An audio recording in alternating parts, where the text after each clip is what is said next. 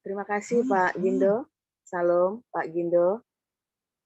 Salam Pastor Paul, Bu Ana, Pak Edi, Bu Ambar. Salam Bapak Ibu semua yang hadir di Zoom dan di YouTube. Dan salam untuk saudara kami yang menonton kembali siaran kita hari ini. Puji Tuhan, kembali kita bertemu dalam hari yang baru dan semangat yang baru. Marilah kita lanjutkan pembacaan firman Tuhan dari kitab Hosea 8 ayat 1 sampai 14.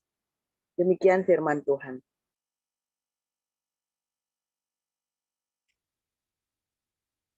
Tiuplah sangkakala, serangan laksana Raja Wali atas rumah Tuhan. Oleh karena mereka telah melangkahi perjanjianku dan telah mendurhaka terhadap pengajaranku. Kepadaku mereka berseru-seru, "Ya Allahku, kami, Israel, mengenal Engkau." Israel telah menolak yang baik, biarlah musuh mengejar dia. Mereka telah mengangkat raja, tetapi tanpa persetujuanku. Mereka mengangkat pemuka, tetapi dengan tidak setauku. Dari emas dan peraknya, mereka membuat berhala-berhala bagi dirinya sendiri, sehingga mereka dilenyapkan. Aku menolak anak lembumu, hai Samaria. Murkaku menyala terhadap mereka. Sampai berapa lama tidak dapat disucikan orang-orang Israel itu? Itu dibuat oleh tukang. Dan itu bukan Allah. Sungguh akan menjadi serpih anak lembu Samaria itu. Sebab mereka menabur angin, maka mereka akan menuai puting beliung. Gandum yang belum menguning tidak ada pada mereka. Tumbuh-tumbuhan itu tidak menghasilkan tepung. Dan jika memberi hasil, maka orang-orang lain menelannya. Israel sudah ditelan.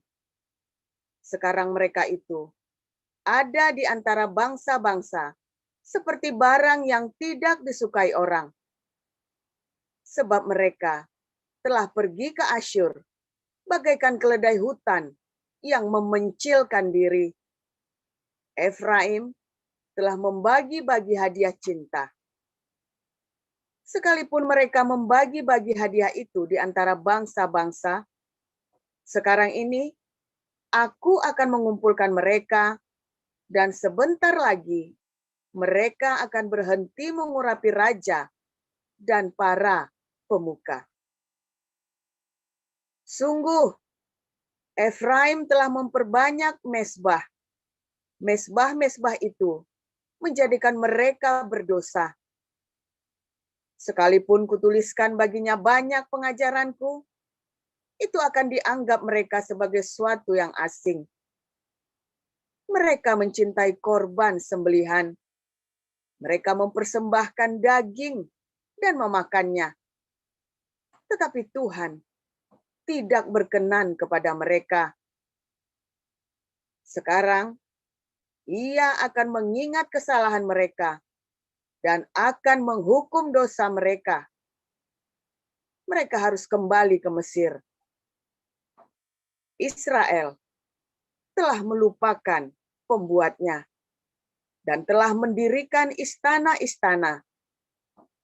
Yehuda telah memperbanyak kota-kota yang berkubu. Tetapi aku akan melepas api ke dalam kota-kota mereka, sehingga puri mereka dimakan habis. Demikian. Selanjutnya silakan Ibu Sarma dari Galatia pasal 6 ayat 1 sampai 18. Baik, saya akan membacakan kebenaran firman Tuhan dari Galatia 6. Beginilah firman Tuhan. Saudara-saudara, kalaupun seorang kedapatan melakukan suatu pelanggaran, maka kamu yang rohani harus memimpin orang itu ke jalan yang benar dalam roh lemah lembut, sambil menjaga dirimu sendiri supaya kamu juga jangan kena pencobaan. Bertolong-tolonganlah menanggung bebanmu. Demikianlah kamu memenuhi hukum Kristus. Sebab kalau seorang menyangka bahwa ia berarti, padahal ia sama sekali tidak berarti, ia menipu dirinya sendiri. Baiklah, tiap-tiap orang menguji pekerjaannya sendiri, maka ia boleh bermegah melihat keadaannya sendiri dan bukan melihat keadaan orang lain. Sebab tiap-tiap orang akan memikul tanggungannya sendiri. Dan baiklah dia yang menerima pengajaran dalam firman, membagi segala sesuatu yang ada padanya dengan orang yang memberikan pengajaran itu. Jangan sesat. Allah tidak membiarkan dirinya dipermainkan. Karena apa yang ditabur orang, itu juga yang akan dituainya. Sebab barang siapa menabur dalam dagingnya, ia akan menuai kebinasaan dari dagingnya. Tetapi barang siapa menabur dalam roh, ia akan menuai hidup yang kekal dari roh. Ia akan menuai hidup yang kekal dari roh itu. Janganlah kita jemu-jemu berbuat baik, karena apabila sudah datang waktunya, kita akan menuai jika kita tidak menjadi lemah. Karena itu, selama masih ada kesempatan bagi kita, marilah kita berbuat baik kepada semua orang, tetapi terutama kepada kawan-kawan kita seiman. Lihatlah bagaimana besarnya huruf-huruf yang kutulis kepadamu dengan tanganku sendiri. Mereka yang secara lahiriah suka menonjolkan diri, merekalah yang berusaha memaksa kamu untuk bersunat hanya dengan maksud supaya mereka tidak dianiaya karena salib Kristus. Sebab mereka yang menyunatkan dirinya pun tidak memelihara hukum Taurat, tetapi mereka menghendaki supaya kamu menyunatkan diri, agar mereka dapat bermegah atas keadaanmu yang lahiriah.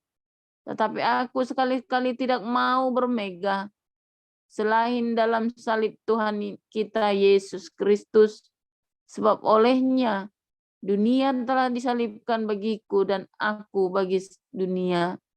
Sebab bersunat atau tidak bersunat tidak ada artinya, tetapi menjadi ciptaan baru, itulah yang ada artinya. Dan semua orang yang memberi dirinya dipimpin oleh patokan ini, turunlah kiranya damai sejahtera dan rahmat atas mereka dan atas Israel milik Allah. Selanjutnya, janganlah ada orang yang menyusahkan aku, karena pada tubuhku ada tanda-tanda milik Yesus. Kasih karunia Tuhan kita Yesus Kristus menyertai roh kamu, saudara-saudara. Amin. Demikian. Haleluya. Amin. Terima kasih Bu Nerliana, Ibu Sarma, Pak Yuda. Firman Tuhan pagi ini judulnya menabur angin menuai badai. Silakan Pastor Paul.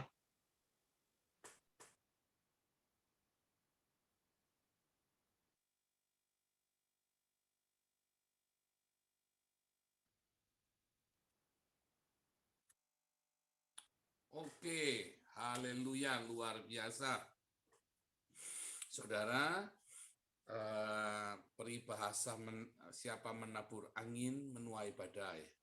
Ya, maka itu berasal dari Alkitab, Hosea 8 ayat 7, saudara ya. Luar biasa ya, saudara ya. Ini adalah peribahasa yang berlaku di seluruh dunia ya.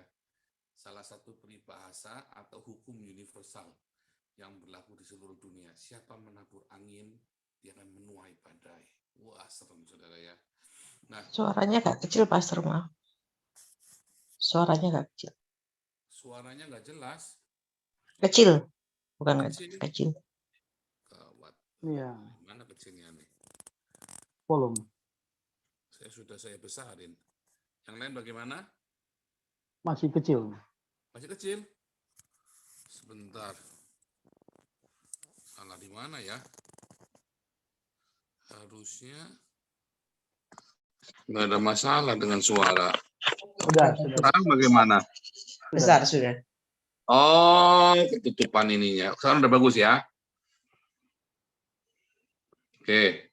Ya, jadi saudara, ketika kita dikatakan menabur angin menuai badai, tadi ada satu yang kelihatannya kontradiktif di dalam Galatia 6, saudara ya.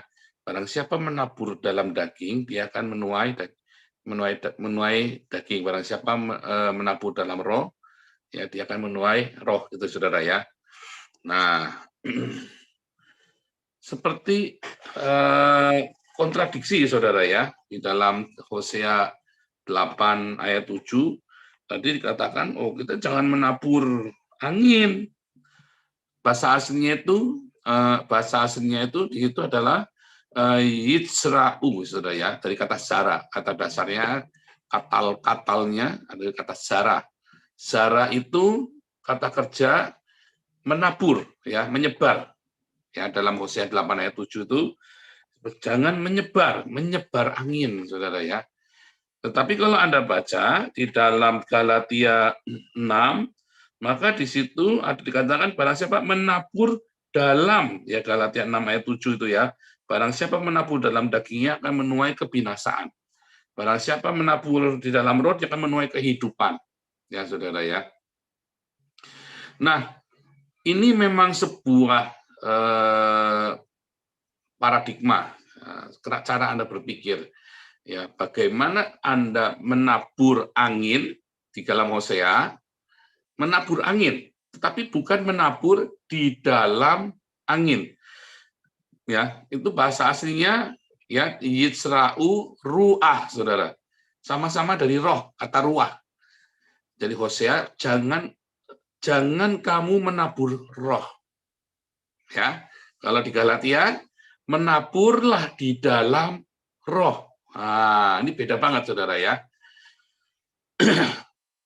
Saudara, kata menabur, ya, kata menabur, kalau Anda lihat di dalam Hosea ini, Anda melihat di dalam Hosea 1, ketika pertama kali Hosea ini menikahi seorang pelacur, lalu dia punya anak dikasih nama Yisrael. Yisrael ini dari katal yang sama, Yitzhara, El yang menabur. El itu menabur, saudara ya. Israel. Wah, Anda bayangin kalau El itu menabur apa yang ditabur? Dia tabur roh, saudara. Dia menabur roh. Nah, itu adalah nama juga lembah Yisrael ya, nama lembah di Israel juga. Nanti kita ke sana di lembah Yisrael ini, menarik sekali di lembah Yisrael ini. Kita nggak akan cerita lembah Yisrael tapi hari ini. Kita ceritanya Yisraelnya, bahwa El lah yang menabur. El itu dia menabur roh. Di dalam Alkitab Anda 2 kali menemukan Yesus ya, Yesus yang ada di tengah-tengah badai. Coba begitu tenangnya ditinggal tidur badainya, saudara. Yang kedua, Yesus jalan di dalam badai. Ya, berjalan di atas air di tengah-tengah badai, saudara. Dalam perjanjian baru, dalam perjanjian lama, ya, badai itu nurut sama Yehova, saudara. Tiang awan, tiang api itu badai ya, badai, angin puting beliung itu loh. Ya, tiang awan, tiang api itu adalah sebuah badai, saudara ya. Nurut sama Yehova, saudara. Dia tabur angin, dia menabur roh, dia tuai badai. Memang itu mainannya, ya. Tiang awan, tiang langit pun tunduk kepadanya, katanya Mazmur itu ya. Tiang langit itu tiang awan, tiang api itu, saudara ya. Tunduk kepada Sang Yehova. Murid-muridnya heran, murid-murid Yesus juga heran. Siapakah orang ini sehingga badai pun tunduk kepadanya? Ya, ajaib ya saudara. Itulah sebenarnya saya yakin bahwa Yesus adalah Sang Yehova sendiri, saudara. Badai pun tunduk kepadanya, katakan. Hanya Sang Yehova, hanya Tuhanlah yang menabur roh dan menuai badai itu, yang sanggup. Ya, itu memang mainannya, bahasa ini kan itu mainannya udah. Tapi manusia nggak bisa menabur roh. Artinya apa, saudara? Ketika dia menabur roh, dia punya roh, lalu dia sebar-sebarkan roh-rohnya dia itu, saudara. Artinya dia sia-siakan. Yang menabur angin itu Anda menabur kesia-siaan, saudara. Tetapi kalau menabur di dalam rohnya, itu justru adalah sebuah kesungguhan hati. Dibalik ya, saudara ya. Kalau Anda menabur roh, itu artinya Anda menabur kesia-siaan. Apa yang mau Anda tabur? Anda menabur roh. Anda sedang menabur kesia-siaan. Kalau tiap hari hidupmu kau sia-siakan, maka kamu suatu hari akan terima badai. Akan tuai badai yang luar biasa dalam hidupmu, saudara. Karena kamu nggak sanggup menabur roh itu, saudara. Tapi menaburlah di dalam rohmu. Artinya di dalam rohmu, di dalam kehidupan rohanimu, kamu menabur yang baik. Maka kamu akan menuai kehidupan. Jadi jangan kau tabur kesia-siaan, sebab kamu akan tuai badai. Tapi menaburlah di dalam kehidupanmu, ya, dengan berdiakonia, dengan melakukan perbuatan-perbuatan yang baik, maka kamu akan menuai kehidupan. Ya. Nah, saudara, dalam kehidupan sehari-hari, setiap kali kita banyak sekali berdebat kusir tentang dogma. Tiap hari kita membuang waktu kita dengan hal-hal yang sia-sia, yang tidak produktif, saudara. Kita berpikir kita sedang melakukan perkara Tuhan. Kita berpikir kita sedang melakukan sesuatu. Tetapi di dalam perdebat kusiran, debat kusir, ya, dogma, debat kusir, doktrin, tidak akan ada buah, saudara. Itu yang namanya Anda menabur roh. Anda menabur perdebatan, percekcokan, Anda menabur kesia-siaan dalam hidup. Dan akhirnya Anda tidak berbuah, bahkan akan berbalik kehidupan itu, akan menekan hidupmu, saudara. Akan menghancur, leburkan hidupmu. Ketika Anda cuma ngoceh-ngoceh saja, ya, itu ya, menabur angin, saudara. Ya kan? Ababmu itu loh, itu kan menabur angin, saudara. Ya kan? Maka Anda akan ada gunanya, saudara. Sampai kamu melakukan yang kamu bicarakan itu, saudara. Sampai kamu lakukan. Banyak orang berdebat di YouTube, berdebat agama, duduk di warung kopi, debat agama. Hasilnya apa, saudara? Dia tetap berantem sama istrinya, dia cerai sama istrinya, dia tidak dihargai di rumah tangganya. Lalu apa gunanya dia? Ketika dia melayani Tuhan, saya sering pernah cerita, ada kerabat saya ya, kalau disuruh kerja bangun, waduh, malasnya minta ampun. Kerabat saya ini pernah kerja sama saya ya, mulai ikut saya kerja, saudara ya, dia sampai gedek-gedek, saudara. Memang benar kata om saya, dia memang ini orang memang lemotnya minta, bukan cuma lemot, males yang minta ampun. Tapi begitu pelayanan gereja, wah semangat sekali, haleluya, wah ceritanya upahku besar di surga lah, saya dulu menginjil ke sana kemari lah, saya. Setelah tak amati, dia dulu juga tidak menginjil. Dia dulu masuk dari satu gereja di desa, pergi ke gereja di desa yang lain. Bukan memberitakan Injil. Kalau saya ini pergi, saya datengin. Besok saya mau ke Bremen, doakan ya, tanggal 30 September. Saya pergi ke Bremen, ke tempatnya Frank, saudara ya. Saya mau challenge dia buat dibaptis, saudara ya. Orang yang 4 tahun lalu saya kenal sama-sama kenalnya ya. Saya kenal Frank sama kenal keluarga yang di Berlin ini kan sama-sama, saudara. Kenapa yang di sana mau dibaptis, yang Frank belum dibaptis? Jadi saya digerakkan ya, hati saya digerakkan, saya mau berangkat ke sana. Saya udah janjian sama Frank, saya akan pergi ke sana. Saya mau doakan, saudara, supaya orang ini mau dibaptis. Kasihan ya, udah bangkrut, habis-habisan, istrinya dibawa kabur orang, bahkan anjingnya pun anjing Rusia itu yang gede, yang kayak beruang itu ya, itu pun dibawa. Aduh, kasihan sekali, dia nggak punya apa-apa ya. Saya terakhir kemarin ke sana, ada gangguan lah, jadi saya nggak bisa ngomong private ya, saya mau ngomong dia. Nah, tetapi yang saya maksud, saudara ya, kita nggak cuma omong kosong, saudara. Saya memberitakan Injil. Ya, kita nggak cuma pergi dari satu. Saya bersyukur ya, saudara ya, orang Indonesia takut sama saya, saudara, di sini. Saya bersyukur ya. Jadinya apa, saudara? Jadinya saya pergi ke orang bule, saya pergi ke imigran. Dan saya menuai ratusan, saudara ya. Jadi saya nggak males. Coba kalau saya ya sebenarnya karena saya juga ya, karena saya sendiri tak potong semua khotbah-khotbah di gereja-gereja yang tidak produktif, saya potong ya, karena saya nggak mau buang waktu. Saya kan datang kemari buat orang Eropa, bukan buat orang Indonesia, saudara. Ya, kecuali 1-2 komunitas ya, ada 1-2 komunitas yang mereka tulus hatinya dan sungguh-sungguh cari Tuhan ya. Oh ya, saya juga nggak tega, dan orang ini juga baik sekali sama saya ya. Maka saya tetap komit dengan komunitas ini ya, yang di itu loh, Kampung Daun itu ya, orangnya baik sekali saudara ya, sehingga saya pun komit dengan komunitas ini. Orangnya juga rendah hati ya, ini padahal istilahnya orang termasuk orang lama di Belanda lah, tapi orangnya rendah hati sekali saudara ya. Jadi kadang-kadang ini ada orang kok baik banget begini ya. Jadi saya pikir ini apa namanya, dan dia support saya benar ya, dia support secara moral ya, dia benar-benar support saya benar ya untuk pelayan-pelayan kita. Dia bukain yang ajarin saya aturan-aturannya segala macam ya saudara ya. Tetapi banyak sekali hamba-hamba Tuhan pergi dari gereja ke gereja. Apakah itu memberitakan? Enggak saudara, bukan, itu mengajar ya. Jadi yang kerabat saya ini yang rajin ke gereja ini, yaitu melakukan seperti itu dari ke gereja, cuman di desa. Lah bedanya apa? Memberitakan Injil bukan, itu namanya mengajar. Kamu, Yesus mengajar, Yesus juga memberitakan Injil di pasar-pasar, ya di jalan-jalan, ya memberitakan Injil beda saudara kepada orang yang belum pernah mendengar kabar Injil. Sehingga orang ini ada jadi batu sandungan, saudara. Karena dia tidak melakukan, dia hanya menuai, dia hanya menabur bukan di dalam roh, dia menabur angin abab ya.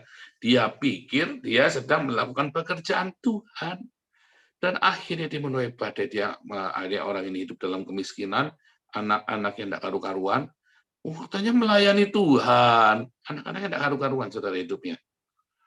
Saya melihat sedih saudara ya, mau diajak ngomong malah debat agama saudara, kurang asem saudara. Jadi capek jadinya ya. Jadinya capek saudara. Nah kalau saya mikir ya ini bukan apa saudara yang ngomongin, kamu ini sekolah teologi juga enggak, tapi kamu kok ngerasain lebih pintar dari saya dijak ngomong ya. Maaf katakan begitu saudara ya. Hidupnya tidak berbuah, anak-anaknya berantakan, akhirnya pun dia hidup dalam kemiskinan, ya sudah punya warisan cukup besar saudara, itu pun tetap habis. Kenapa ya? Karena dia berpikir dia sedang melakukan pekerjaan Tuhan, dan makin malas saudara. Wah Tuhan memberkati saat lagi tidur, iya, tapi ini kan warisan bukan punyamu, punya istrimu, bukan punya anak-anakmu. Akhirnya kacau sekali ini keluarga saudara ya. Dan saya mau menyalahkan dia, saya ngaca diri saya sendiri dulu kayak gitu saudara. Dulu saya juga seperti itu. Jadi saya malu saudara ya. Menurut saya malu, saya melihat diri saya yang dulu saudara ya. Yang saya suka sekali berdebat kusir, suka sekali debat agama dengan orang tua saya, dengan tetangga. Mungkin debat agama dari dulu memang paling demen. Dari SMA saya debat agama saudara. Jadi SMA dengan teman di SMA, dengan guru sekalipun saya ajak debat saudara. Siapa saja tak ajak debat sama saya ya. Memang tukang debat saya dari dulu ya saudara ya. Tetapi itu saya malu saudara ya. Kalau Anda bayangin sang debitur itu, saya dulu kayak gitu saudara ya. Makanya saya dulu kayak gitu ya, ngoceh tapi nggak ada hasilnya, dan saya berpikir saya ini rohani sekali saudara ya, tahu segala macam. Tante saya yang doktor teologi ngomongin saya, wah sudah tak reken saudara. Sekarang saya respect sama tante saya, dia benar, saya salah saudara. Sekarang saudara. Jadi kalau saya lihat debitur kayak saya zaman dulu saudara ya, wah, debat, yang penting pinter ngomong, saudara. Yang penting pinter ngomong. Padahal orang mencibir. Orang mencibir, ya, nggak ada ilmunya. Saya baru menyadari itu ya setelah 2013-2014 itu, saudara ya. 2010, sorry ya, 2010. Makanya saya pikir yang salah adalah Tuhannya, saudara. Oh enggak, saya yang mensikapi Anda, kita semua yang mensikapinya dengan salah. Kita pikir kita melayani Tuhan, kita pikir kita sedang menabur di dalam roh. Enggak, kamu menabur rohmu, menyanyiakan. Kamu sedang mensia-siakan hidupmu. Akhirnya kamu akan menuai badai kehidupan, saudara. Kamu buang waktu. Matius 7 ayat 21-23. Bukan orang yang berseru kepadaku, Tuhan, Tuhan, kan aku udah bikin mujizat. Wah, aku udah mendoakan orang loh Tuhan. Ini aku niatnya aku ngusir setan nih. Mau lihat nih, wah, ditunjukkan, wah, dokumentasinya, saudara ya. Tuhan bilang, sorry, aku enggak kenal kamu. Loh, kok udah bisa kenal ini? Ada buktinya ini loh. Nah, bukan orang yang berseru kepadaku, Tuhan, Tuhan. Mujizat itu enggak tangguh, enggak ada artinya, saudara. Enggak direken sama Tuhan. Ya, minggu lalu ya, saya bilang, Anda bikin mujizat, Anda bikin perkara-perkara ajaib, enggak direken sama Tuhan. Yang direken itu kalau kamu melakukan kehendak. Mujizat kan kehendak lakukan. Mujizat itu bukan kehendak, itu hanya sarana saja. Kehendaknya adalah orang itu kenal Yesus dan kamu bawa kepada Yesus, kamu muridkan, kamu ajari apa yang menjadi kehendak, apa itu kehendak. Supaya semua orang melihat Yesus dari perkataanmu, juga dari hidupmu. Makanya Paulus berkata kepada Timotius, awasilah dirimu, awasilah ajaranmu, dan awasilah dirimu, bertekunlah dalam semuanya. Jadi tidak cuma ngomong, saudara. Siapa di sini yang cuma suka ngoceh-ngoceh firman Tuhan, tapi nggak ada kelakuannya, badek, saudara. Hati-hati, Anda sedang menabur angin. Nanti kamu akan menuai badai.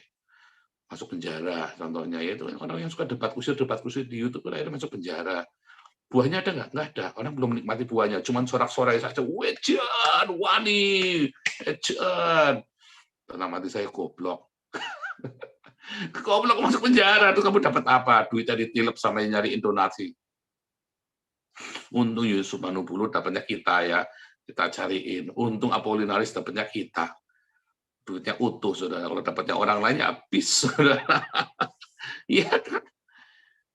Terus Anda dapat apa coba? Anda gitu ya, setelah masuk penjara, nggak dapat apa-apa kan?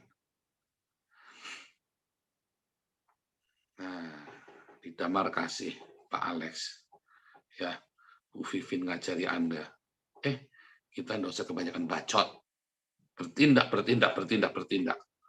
nuai, muridkan. Iya kan? Nggak diajari buat nyelek-nyelekin Islam. Kamu mana ada kamu yang baru dibaptis diajari nyelek-nyelekin Islam? Nggak ada, ya jangan sampai juga. Ya, kan saya juga pantau juga. Enggak. Diajari berbuah. Yuk bertindak, yuk kita obati, yuk kita melangkah, yuk kita bikin, yuk kita perbaiki ekonominya, yuk. Kan begitu, saudara. Ya kan? Habis diinjilin, dibaptis, diperbaiki ekonominya sambil dimuridkan, dibikinkan kebun, dibikinkan lele, dibikinkan ya kan, dibikin saung, dibikin macam-macam, saudara. Di sarana pertanian, di sarana peternakan, bikin ini, bikin itu. Jadi bukan cuma ngoceh-ngoceh debat kusir agama. Ya, orang-orang bule, orang-orang Belanda itu suka heran ya sama orang-orang beragama. Saya heran dengan orang-orang beragama yang debat kusir, istrinya kerja, suaminya tuh di dalam rumah ibadah, wah ceritanya ngabak tentang Tuhan, tentang surga, kayak pernah ke sana aja, saudara ya, pokoknya ya. Kayak dia yang paling ngerti tentang surga, istrinya kerja keras. Orang-orang boleh bilang, saya heran dengan orang-orang seperti itu. Terus saya bilang sama dia, oh jangan salah, ya, yang begituan itu bisa jadi duit itu. Saya bilang begitu, dia ketawa ya. Mereka ketawa. Terus ada rabai yang di Israel ini juga kan, mereka lagi mengeluh tentang orang-orang ini ya, orang-orang Hasidik, saudara ya, orang-orang apa namanya, bukan orang Asyari ya, orang Haredim ya, orang Haredim ini adalah ultra ortodoks, saudara ya. Orang-orang ultra ortodoks ini nggak suka bekerja, saudara, nggak boleh kerja sekuler. Dia cuma tiap hari kerjanya sehari baca Torah, baca Talmud, yang ngafalin Torah, ngafalin Talmud. Oh, mereka hafal ya, saudara ya, satu kitab Torah, satu tanah itu banyak yang ngafal. Jangan ngomong orang Islam ngafalin Al-Quran, nggak ada apa-apa dibanding mereka. Mereka tuh kalau bilang hafal beneran, saudara ya. Tiap hari mereka gini-gini sambil hafalin, saudara ya. Nggak laki-laki, nggak perempuan. Yang perempuan dia punya buku kecil selalu di bis, dia selalu baca. Kalau lagi nganggur dia baca, saudara. Dia hafalin. Hafal ya, ini orang-orang Haredim namanya, ultra ortodoks. Tapi mereka tidak mau kerja, saudara. Karena kerja yang sekarang ini itu buat orang Haredim melanggar hukum Tuhan. Ya, semua pekerjaan-pekerjaan itu termasuk jadi tentara. Mereka tidak mau jadi tentara, tidak mau ikut wajib militer, saudara. Menolak karena wajib militer katanya setelah ikut wajib militer laki-laki perempuan ya hidup bersama beginilah begitulah, nanti ada yang free sex segala macam, katanya mereka begitu, tuduhannya, padahal ya nggak semuanya juga, saudara.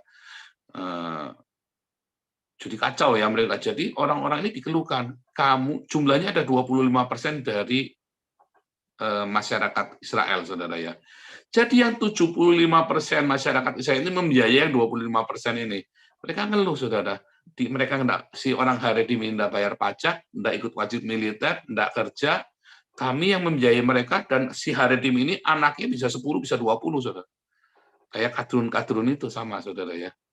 Nah itu sama tuh kayak kadrun itu, bicara agama terus, ya hasilnya nggak ada. Nah itu namanya menabur angin, saudara.